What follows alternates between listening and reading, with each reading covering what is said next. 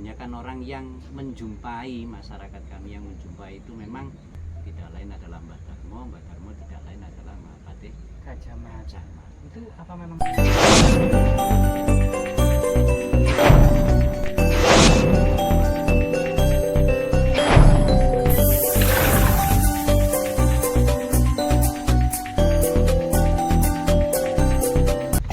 Jadi sangat luar biasa sekali pemirsa. Kali ini kita bersama Abah Cipto ya. Bah ini Bah terkait desa Sajen. Ini ternyata nama Sajen itu mungkin bisa dijelaskan ke kita semua latar belakang kenapa kok sampai muncul nama desa Sajen. Kemudian ada punden yang sangat keramat. Masyarakat juga memberikan nama punden Jerbeng atau punden Mbah Darmi kalau nggak salah ya. Mungkin dari situ Abah Cipto ini bisa menceritakan semua sejarahnya terkait punden maupun desa Sajen ini. Matur nuwun sangat. Assalamualaikum warahmatullahi wabarakatuh. Waalaikumsalam Rahayu, Rahayu satu mati. Sedulur semuanya, kaitannya dengan Sajen, memang kita berharap putri cucu penerus desa Sajen ini tidak sampai melupakan sejarah desanya. Di kata Sajen itu diambil dari kata sesaji. Sesaji. Jadi karena leluhur kami di desa Sajen itu kegemarannya adalah ketika setiap mau mempunyai hajat apapun harus melakukan ritual sesaji. Jadi dari kebiasaan itulah akhirnya memudahkan penyebutannya ini adalah kalimat kata Sajen. Sajen itu berarti masyarakatnya senang memberikan sesaji.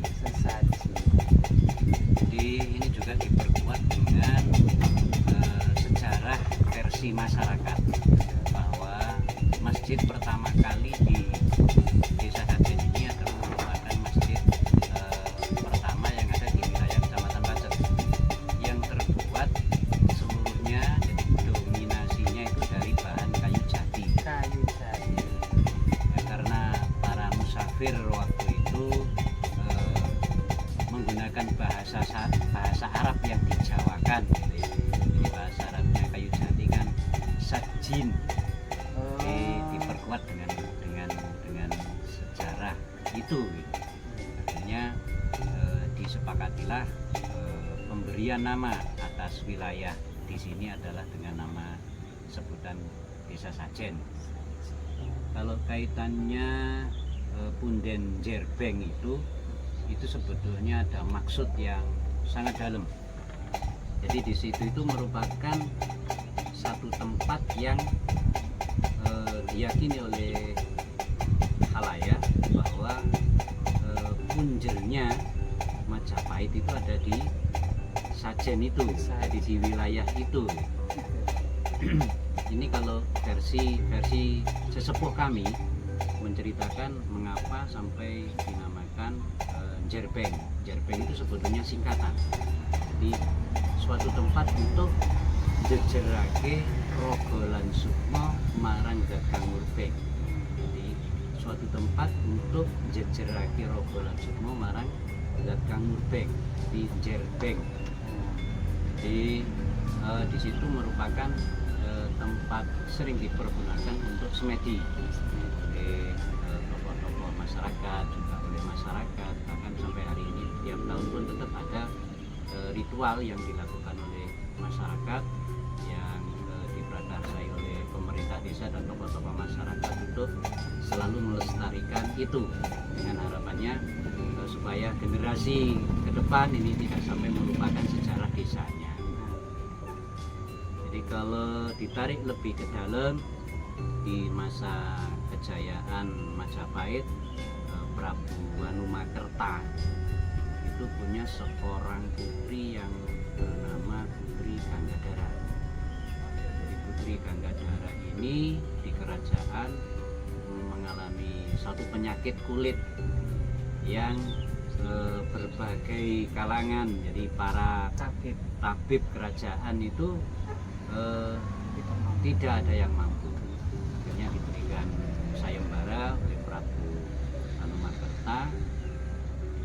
siapa yang bisa menyembuhkan putri saya ini akan diberikan hadiah gitu ya. Kalau hadiah ini beberapa versi, makanya ada yang tanah, ada yang dipersunting sebagai suaminya, macam-macam gitu. Nah, ini kalau saya tidak mempermasalahkan itunya, tapi lebih kepada sejarahnya.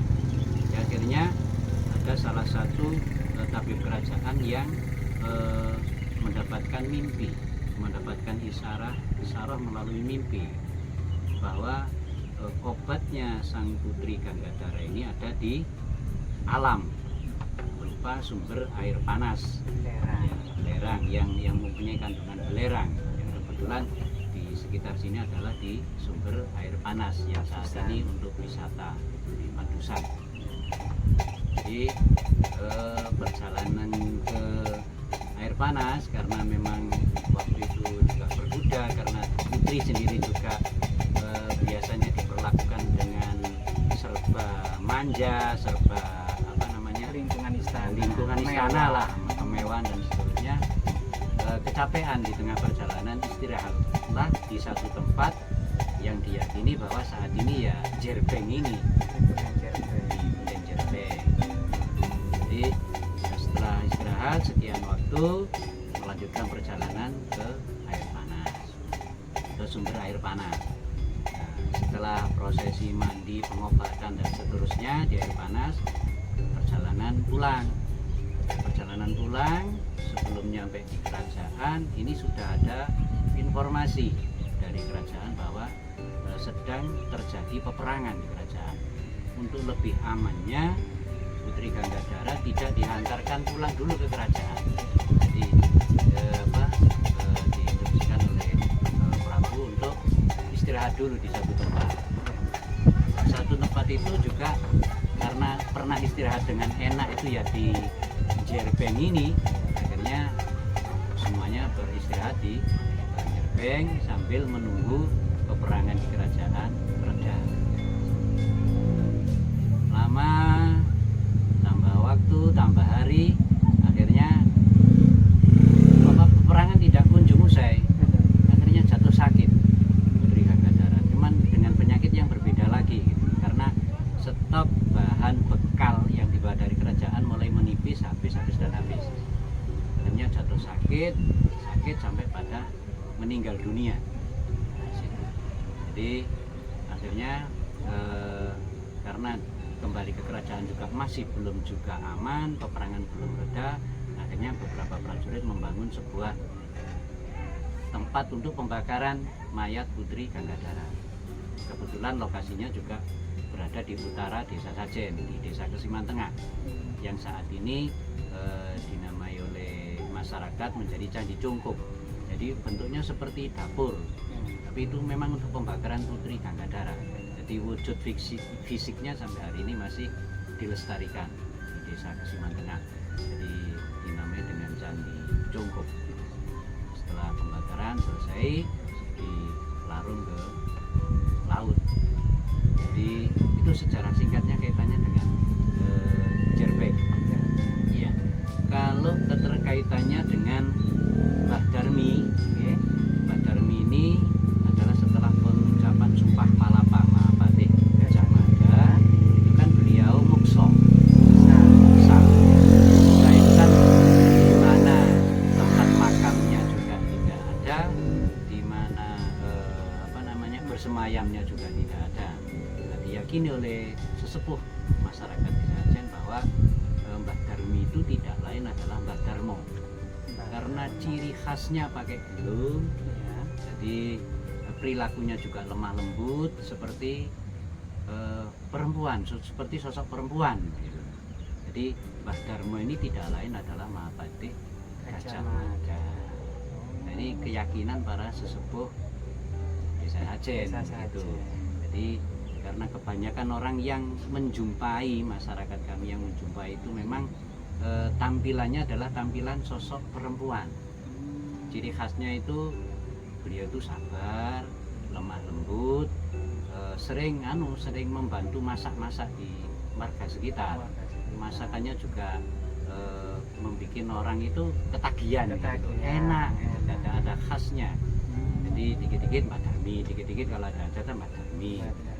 Padahal itu tadi Mbak Darmi tidak lain adalah Mbak Darmo tidak lain adalah Mbak Batik Gajah Mada. Sama. Itu apa memang menyamar atau gimana? Kayaknya begitu.